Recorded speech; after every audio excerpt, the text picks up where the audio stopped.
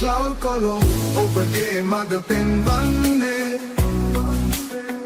මුළු ක්ලාවුඩ් ලෝකේ නව පහන්නේ Hi, Bon. වඩක්කම් Welcome back to Cloud Colo. කෝනුව සීතල ඉන්නවා පුතා. ඒක තමයි පොඩ්ඩක් අපි ඇත්තටම ඉන්න රටේ හැටියට ටිකක් සීතල වෙලා තියෙන්නේ. නමුත් සීතල වුණාට අපි වීඩියෝ කරන්නේ නවත්තන්න නැතුව අපි ඊළඟ හීට් පම්ප් එක දාලා අපි කරනවා කරන වීඩියෝ. දිගට. අපි දැන් මේ අද අපි කතා කරන්න යන්නේ මේ කලින් වීඩියෝ එකක් අපි කරා VO3 ගැන Google VO3 මීට මම දැන් ටික මාසෙකට කලින්ද මාසයක් වගේ රිලීස් වෙලා ඒ රිලීස් වෙච්ච ගමන් ලොකු හයිප් එකක් තිබ්බ වෙනම ලෙවල් එකට ගිහිල්ලා තියෙනවා දැන් මං හිතන්නේ VO3 වීඩියෝස්. ඔව් ඔයාලා VO3 එකෙන් අපි කරපු දේ බලන්න ඕන මේ ඇති අපි link එක දාන්න මේ කොහෙද description එකේ හරි දාන්න බලන්න කොහොමද VO3 පාවිච්චි කරන්නේ අපි එකකින් පොඩි මාතර බත්කරයක් හැදුවා. ඔව් මේ ඒක බලලා අපි දැම්මට පස්සේ අපි දැන් ඊට පස්සේ මේක දැන් අපි දාපින් අපිට පොඩ්ඩක් හිටියනේ ෆීලිං එක හිටියේ. ඔව් පොඩ්ඩක් ඒක නිකන් අලුත් දෙයක් හින්දා අපි හිතන්නේ ඒක නිකන් පොඩ්ඩක් ට්‍රෙන්ඩ් වුණා. මං හිතන්නේ අපි ඒකත් අපිත් පොඩ්ඩක් නෝටිස් කරලා තිබ්බා. හැබැයි ලංකාවේ ඒක වෙනම ලෙවල් එකකට ගෙනිහිල්ලා තියෙනවා. ලංකාව පිටරටත් ගිහිල්ලා තියෙනවා. හැබැයි ලංකාවේ ලෙවල් එක වෙනම ලෙවල් එකකට ගිහිල්ලා තියෙනවා මං හිතන්නේ. දැන් අපි ගොඩක් ලංකාව බලන හින්දා දන්නේ අපිට ගොඩක් ලංකාවේම කන්ටෙන්ට් සජෙස්ට් කරලා පේනවා. නමුත් නුවණවා හිතන්නේ ලංකාවේ මේ ටෙක්නොලොජි එක අනන්ත තියෙන හරිද ඒ විදියට. අනේ ඒක තමයි මාත් කල්පනා කරන්නේ. ඒ කියන්නේ ලංකාව කියන්නේ කොහොමත් ආතල් රටක්නේ. ඉතින් ආතල් එකේ ඉන්න කැමති චරිත තමයි. ඒ වුණාට මේ මං හිතන්නේ මේ ටෙක්නොලොජි එකේ පොටෙන්ෂල් එකට සාධාරණයක් ඉෂ්ට වෙන විදියට මේක යූස් කරනවා කියලා. මං හිතන්නේ එතන පොඩි ගැප් එකක් තියෙනවා. ගැප් එකක් තියෙනවා. ඇත්තටම දැන් ගොඩක් ඔයාලා අපි ඒ වීඩියෝස් ගොඩක් බලන්න ඕනේ YouTube එක වල සර්ච් කරලා VO3 ඔය ඇත්තටම දාන්නත් බෑ. ඉතින් තනිකර කුණුහරුප තියෙන්නේ. ඉතින් කුණුහරුප තියෙන්නේ. තේරුම් නැහැ වගේ වීඩියෝස් දාලා. මම දැන් මම නුවන්ටත් Facebook එකේ දැම්මා උත් මට දැම්මා අපි හම්බුණා ගොඩක් ඒවා තියෙන වීඩියෝස් වල කුණුහරුප page හදාගෙන ඊට පස්සේ මොනවද අර ඒක මං හිතන්නේ click bait and views ගන්න වගේ නිකන් මං හිතන්නේ ඒවා generate කරන්නේ මේ අනික ලොකු depth එකක් නෑ. ඇත්තට මේ වගේ දේවල් වල මං කියන්නේ ඒ වගේ කරන කට්ටිය වැරදි කියලාවත් අපි ඒගොල්ලෝ ඩිග්‍රේඩ් කරනවා නෙමෙයි ඇත්තටම ඔව් ක්‍රිටිසයිස් කරන එක ඒ කියන්නේ අර අපිට එහෙම ක්‍රිටිසයිස් කරන්න බෑ. ලංකාව කියන්නේ ඉතින් දැන් අපි කිව්වා වගේ ආතල් ඩයල් ඉන්න වැඩක් අපි නැවගිල්ල දැන් චූන් අපිත් ටිකක් එහෙම තමයි හැමෝම එහෙම තමයි ලංකාවේ. බට් නමුත් අනේ මන්ද මට කියාගන්න තේරෙන්නේ අපිට ඇත්තටම ටිකක් දුක හිතුණා. නමුත් ඒ දුක හිතුණ අතරේ අපිට හම්බුණා මාර වීඩියෝ යන්නේ. ඔව් ඒ වීඩියෝ ගැන කතා කරනවා නම් මම හිතන්නේ මේ අපේ මාසයකට කලින් විතර වෙච්ච ඉන්දියා ප්‍රශ්නත් එක්ක මේ අතරම දුකයි එතන අපේ ෂෝකේ ප්‍රකාශ කරන ගම ඒ වීඩියෝ ගැන ඒක උපුටාගෙන ස්ටෝරි එක අරගෙන ස්ටෝරි ලයින් එකක් හදලා ඒක ජෙනරේට් කරලා තියෙන අලුත් එකන් ෆිල්ම් එකක් ෂෝට් මූවී අපි ඒ වීඩියෝ එක අපි බලමු. නමුත් අපි මේ ඇත්තටම මේ වීඩියෝ ගැන කතා නෙමෙයි ආවේ ඒකට පාවිච්චි කරපු ටෙක්නොලොජි ස්ටැක් එක ගැන කතා කරන්න. ඇත්තට මෙයා පාවිච්චි කරලා තිබ්බා කියව ChatGPT, Grok ඊට පස්සේ Gemini ඒ කියන්නේ ඔය වීඩියෝ මම හිතන්නේ ජෙනරේෂන් එකට පාවිච්චි කරලා තියෙන VO3 but අර ස්ටෝරි ලයින් එකයි ඉන්ෆර්මේෂන් ටිකයි අර ස්ටෝරි එක හදන්න පාවිච්චි කරලා තියෙන අර chat tool set එක තමයි. ඔව් මම හිතන්නේ දැන් ඇත්තටම මේ වීඩියෝ වල මාර මූවි එකක් ගන්නටම යන පොඩි අඩපාඩු තියෙනවා. නමුත් ඒත් ඒ විනාඩි 2යි ගානක් කොහෙද වීඩියෝ එක තියෙනවා. නමුත් ඒ විනාඩි 2යි ගානට කොහොමද කැමරා පෝසස් ඊට පස්සේ ඒක ලස්සනට කරලා තියෙනවා. මං කියන්නේ අර ඒ ටෙක්නොලොජි එකේ කියන්නේ මං හිතන්නේ උපරිම ලෙවල් එක කියලා. මොකද තාමත් මේ ටෙක්නොලොජි ඉස්තිර වෙන්න තියෙන්නේ. හැබැයි අර ඒ ටෙක්නොලොජි එකේ කරන්ට් කැපැසිටි එකට මං හිතන්නේ මාර විදිහට ඒක මේ සාධාරණයක් ඉෂ්ට කරලා තියෙනවා. ඒ කියන්නේ කරන්න පුළුවන් දේවල්. ඒ කියන්නේ පවර් එක ඒකේ තියෙන. ඔව් මං කියන්නේ ඒ හින්දා දැන් මේ ප්‍රොඩක්ෂන් එක මම හිතන්නේ කවර් කරන්න කිව්වොත් දැන් මේක අනිවාර්යෙන් ආෆ්ටර් මූවි එකක් වෙයි තව මාස ගානකින්. නමුත් ඒට එන්න කලින් මෙයා මේ ටෙක්නොලොජි එක පාවිච්චි කරලා හිතන්නේ දවස් ගානකින් එයා කරලා තිබ්බේ. ඒ දවස් ගානකින් කරලා තියෙන අවුට්පුට් එක ප්‍රොඩක්ෂන් ලෙවල් එක කතා කරොත් කෝට් ලක්ෂ ගානක දෙයක්. අපි මේ කතා කරේයි මේ ගැන කිව්වොත් ඔයාලා පොඩ අයිඩියා එකක් ගන්න. සාමාන්‍ය මේ පොඩි ක්ලිප් හදන්න නැතුව ලංකාවේ ඉතිහාසයේ තියෙන දේවල් තියෙනවා හිතා ගන්න බැරි දේවල්. ඔව් ඒ වගේ ස්ටෝරි ලයින් එකක් අරගෙන පොඩ්ඩක් තව අර නිකන් මේ විහිළු ඔය පොඩි කුණුහරුපයක් කියලා hina වෙන එකට වඩා ඇත්තටම පොඩි ඩෙප්ත් එකක් තියෙන දෙයක් හැදුවා නම් හොඳයි කියලා අපි හිතනවා. මොකද අර විහිළු වගේ දේවල් විනාඩියයි දෙකයි දෙන්න තුන් දෙනෙක් අතර ෂෙයා වෙයි ටිකක් views ටිකක් වදී. හැබැයි දවසක් බලලා මේ වුණාන් පස්සේ ඒකේ තියෙන හරයක් නැහැ කියලා තේරෙනවානේ. ඒක තමයි මේ ethical පැත්තක් තියෙනවා. දැන් අපි ගොඩක් කාලෙ මේ ගොඩක් කතා කරන්නේ මේ AI වල තියෙන ethical පැත්ත. නමුත් ethical පැත්ත තියෙනවා AI වල පාවිච්චි කරන පුළුවන් prompt මොනවද? සමහරට ඔයාලා දාන වීඩියෝ විහිළුණාට අනිත් මනුස්සයෙකුට ඒක සංවේදී වෙන්න පුළුවන්. වෙන්න පුළුවන්. ඔව් මොකද ගොඩක් ඒවල මං හිතන්නේ නම් වගේක් යනවා.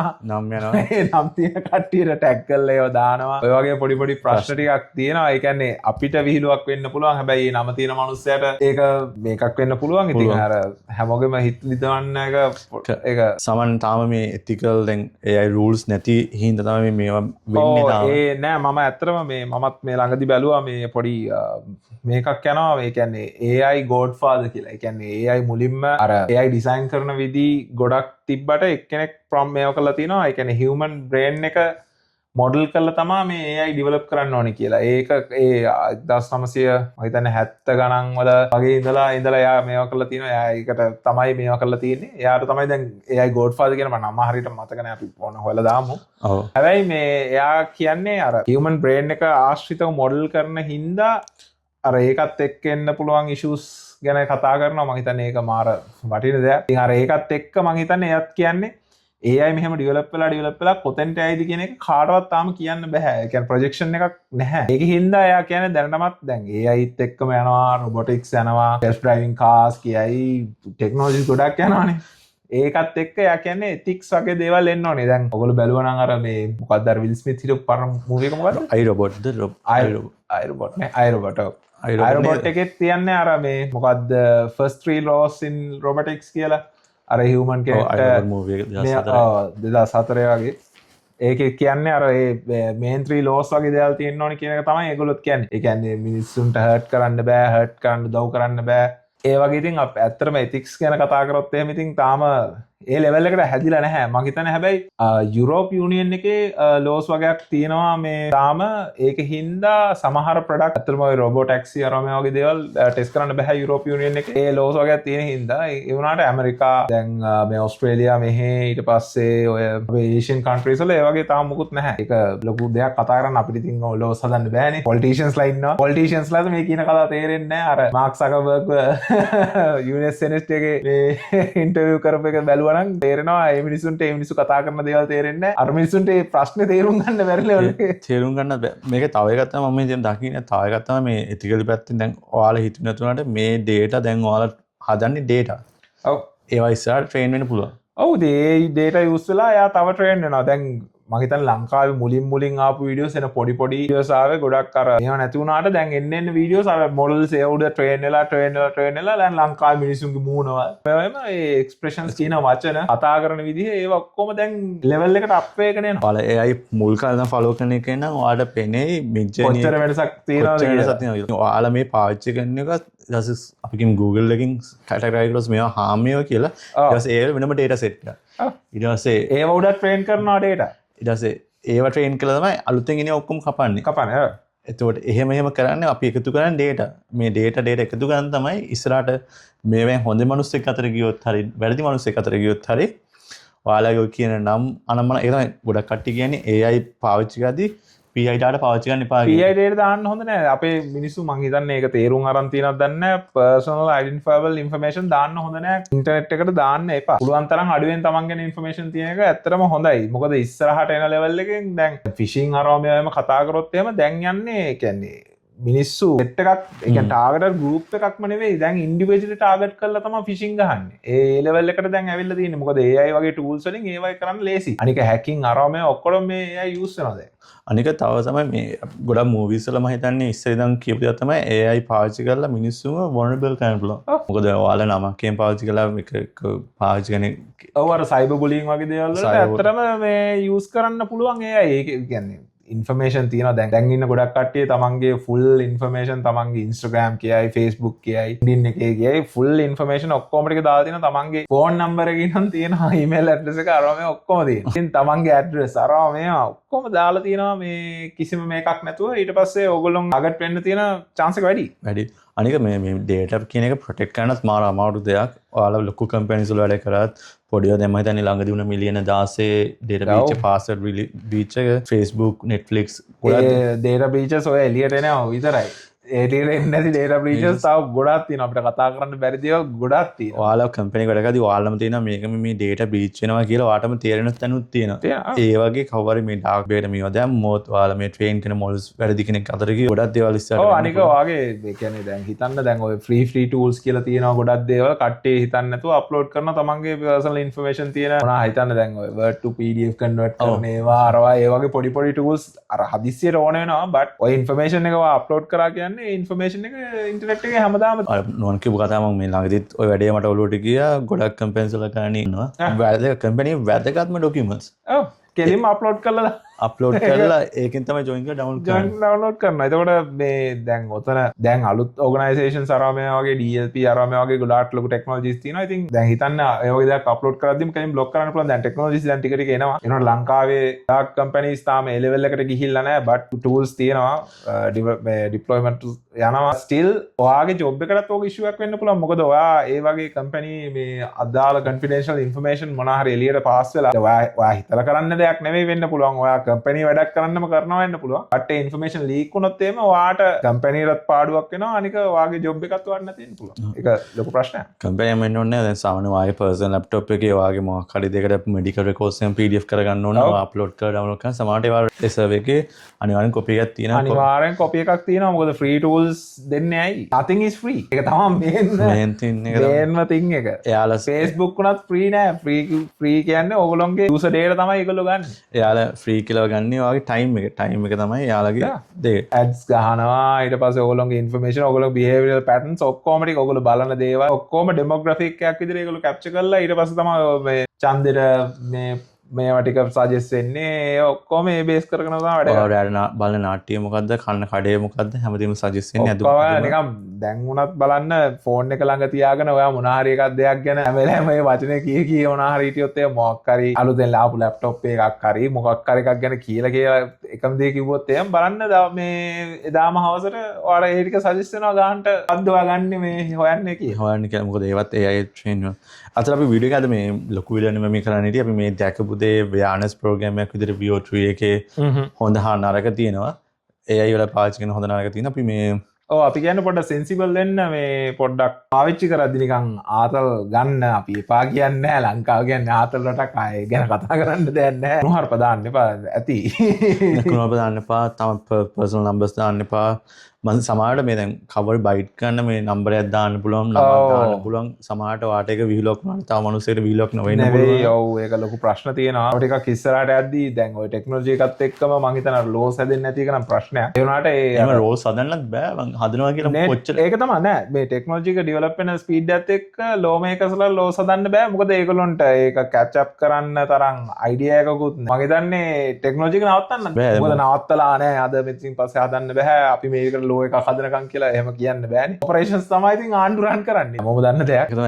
ඒ වගේ දේවල් අනික ඔය දැන් ලෝ ගන්න වෙතුත් ඔය ඔගිල ChatGPT ගන්න කොහොමද මේකුඩින් කොහොමද මේක ඕවර්රයිට් කරන්න කියලා. ඕ මේක කෙලින්ම වැඩක් නැහැ කතා කරලා මං හිතන්නේ දැන් ලෝයස්ට්ලා ඇග්‍රීමන්ට් උත් ගන්න එකනේ ChatGPT දාලා කියවන මනුස්සයත් ඕක ChatGPT අප්ලෝඩ් කරනවා. ඉතින් දැන් ChatGPT තමයි මං හිතන්නේ මේ මම තව දෙයක් දැක්කා.